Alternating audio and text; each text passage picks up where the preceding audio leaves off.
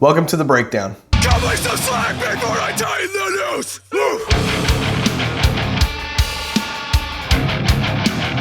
Gideon did it! They broke from their shackles and they're a whole new monster. Out of Control is the 5th album coming from the Tuscaloosa, Alabama metalcore quartet Gideon. Out of Control is a record that displays a new beast coming from within the Southern Boys, a beast that is newly packaged and untamable. Out of Control. Though my time with Gideon has been 5 years, being introduced to the band's hit Survive with Caleb Shomo as a feature, I've been able to watch this band grow from releasing a more radio-friendly metalcore record like Calloused, which currently conveys to me as a motivational poster-filling kind of record, with its postcard or generic lyrics, to releasing a more realized and true-to-heart album such as Cold, a record that displays a solid transition to what we have now. This transition is now all too obvious when we look at a track on Cold such as Machines. Machines is a track that speaks strongly about the disconnects of Christianity and the band crying out that they will no longer be held down, and the track dives deep in the genre of nu metal with unidentifiable noises, scratchy guitar riffs, and clean vocals that display nu metal melodic structure. Though I got the feeling they weren't weighing so heavily on the Christianity aspect of their music as of recent, I never realized that this would hit as hard as it did. Gideon made moves with the release of their EP earlier this year, along with being upfront and honest about themselves to their fan base. Out of Control gives us a narrative of what they now feel and what they're going through in the form of 12 tracks spanning 36 minutes. The record starts off with Welcome to S-Town. For those of us who are not from the South, we learned that S-Town is known as Woodstock, Alabama. The intro paints a picture of a dark, musky, and heavy night with a muscle car pulling up to a bonfire, a harmonica ripping through the nattering under the stars of Woodstock, where we start to crossfade into Sleep. Sleep sets the tone, giving us a very tasteful spoken word layer on top of the first couple of lines of screaming. Extremely nu metal. This, along with the instrumentals in all tonalities, begins to speak for the new direction Gideon is taking. The majority of the album fits within this style, and Gideon does it well, in a way that fuses what Limp Bizkit or Linkin Park were accomplishing in the early 2000s, with what we know Gideon for, heavy metalcore. Notable tracks are Too Close, which has a flavorful Limp Bizkit feel to it, between the record scratches and the super bouncy beat, the electronic drums and lo-fi vocals in the pre-chorus. This track tastes like 2001 with the code of 2019. Too Close executes a vivid nostalgic feel and provides me with memories of listening to Limp Bizkit when I was younger because of these characteristics. Gideon layers cleans on top of screams, which they've definitely done before, but the melody that they give us within the cleans provide their mastery of this new methodology. The addition of Drew York slapping a very nice feature, and this improves the layer to the track as he utilizes his unique abilities and proves this approach even further. All day, all night, passionately screamed loud leaves me with the desire for a Stray from the Path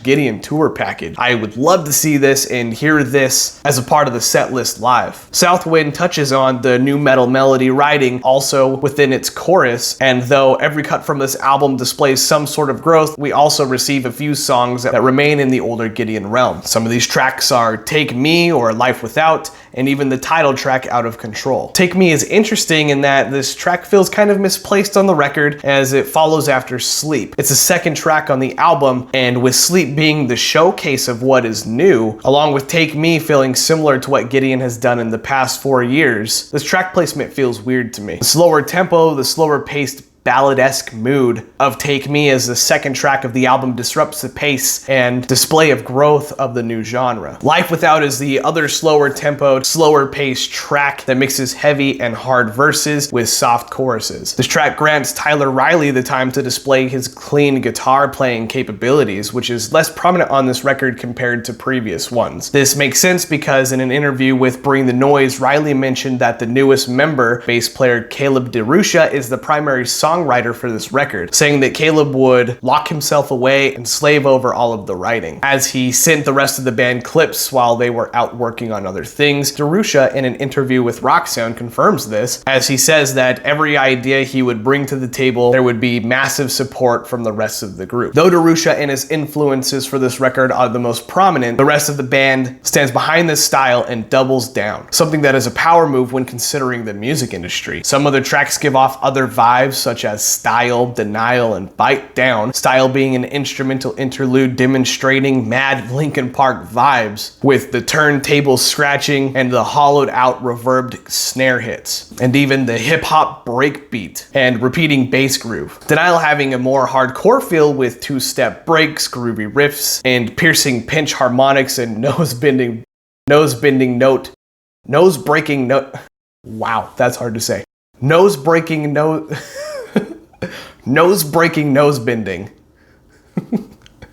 Bite Down feeling more low and slow, heavy stuff. Bite Down is a beat down bad boy, giving the final reminder that Gideon isn't toying around anymore. When dissecting the lyrics, we see the usual tough boy Gideon cuts and the likes of Sleep, but the most we see is a lyrical story speaking about Gideon as an idea moving on from the shackles of spirituality, but remaining deeply connected to their southern roots. This is almost ironic considering that the southern United States is saturated in Christianity. But Gideon writes with a more southern tone in the lyrics while stepping away from what once was religious. Southwind plays to this with references of two-track back roads, muddy water baptism, and even souls being sold for rock and roll. In this track, Sleep and Too Close, we hear southern influence as the character of Mama and her influences are built. And I can't help but picture Bobby Boucher from Waterboy as he tells everyone that his mama thinks everything derives from the devil when hearing Mama as a reference on this album. The title track, Out of Control, gives references to the Deep South, with calling out several states including Sweet Home Alabama. Life Without and Bite Down have nice callbacks to previous albums, with lyrics such as Breathe Life, Survive, and Fall, Get Up, Repeat, respectively. This ties both Calloused and this album together, and along with the title of these two albums and the middle cut Hold, these albums almost show the progression step by step in the form of a trilogy. For Bite Down specifically, Pain is the refrain, and Pain being one of the loudest knocks on the door for the change in spirituality within Gideon, along with seeing the world as a whole and everything other cultures had to offer with kinship and friendship, we can realize what Gideon is feeling and processing for this cycle and this era. Out of Control as a record is overall a strong record, but what has me feeling iffy about it is the packaging of the record, the structure of the album, and the musicality of the album. Packaging is as important to the music as the music itself, and the take that Gideon is taking is odd to me. Between the stylized music videos that seem to represent the South and the merch provided with the pre-orders for Out of Control, we were treated with a branding package that shouts NASCAR to me. Dirt roads, rural towns. The packaging of this feels as if I should be throwing on some cowboy boots under the jeans and heading to the stock car races. This doesn't match well with the metalcore or even new metal music. Gideon is truly diving deep into their roots and influences with this record, and though it's unique, untouched, and interesting that we are receiving a heavy southern influence record from a southern derived band that is especially disconnecting with Christianity as far as they have done so, it is hard for me to picture the visual that Gideon is trying to write up, primarily because of how ironic, contradictory, and oxymoronic a non-secular southern proud visual is. Though this isn't necessarily a negative point, Gideon still doubles down on the aspect of who they are now, and this is quite powerful. The structure of the album and the songs themselves overall are great, but some decisions I do not stand behind. I already spoke about Take Me and its placement in the record, but what I would like to point out is that there are a few songs that still reside in old style Gideon. These are signifiers that Gideon hasn't committed completely to the risk of a change in form and genre.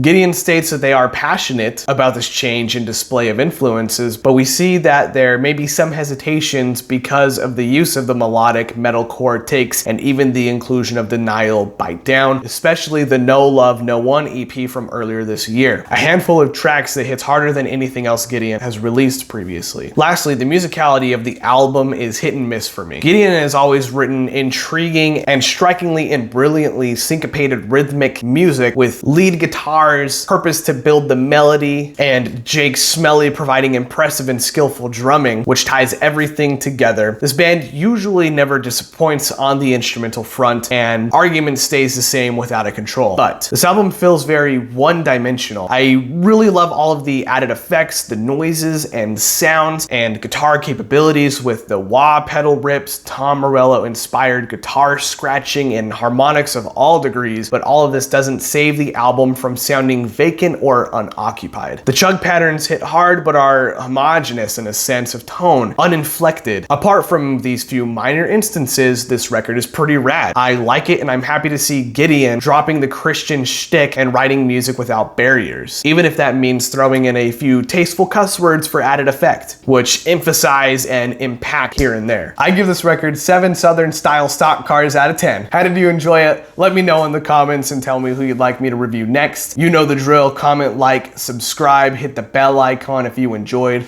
Thank you. I give this record 7. I give this record 7. I give this record 7. This is hard to say. This is so hard to say. I give this record 7 Southern style stock cars. I give this record 7 Southern style.